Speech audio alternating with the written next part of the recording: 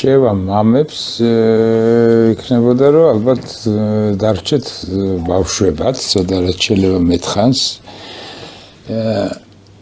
ძალიან ბევრი ის არის ხო, როგორც ამბობენ, როდის ხდები უკვე, როდის აღარ ახარ ბავშვი, რაღაც სუსპენდია მასწინათ. აი როცა უკვე იწყებ რაღაცა ან დასკვნებს, ან ანალიზებს, ან რაღაცა და კარგავ ბავშვობას რა. ეს ბავშვობა არის ყველაზე და ახალგაზრდობა ალბათ. რასაც ეხაც ვხედავთ რა, ახალგაზრდა არის აბსოლუტურად სხვა იმით მოძრაობს, სხვა რაღაც ამოძრავებს, უშიშარია. არ ფიქრობს ბევრს, კი ბატონო, იქ მომავალზე, მაგრამ ის იმპულსურობა, ინტუიცია, რაღაცეებით იმართება და ეგ არის რაღაც ცხოვრების ალბათ ჟილი და ის იცი რა, ის დარჩენა ბავშვად ხო რა.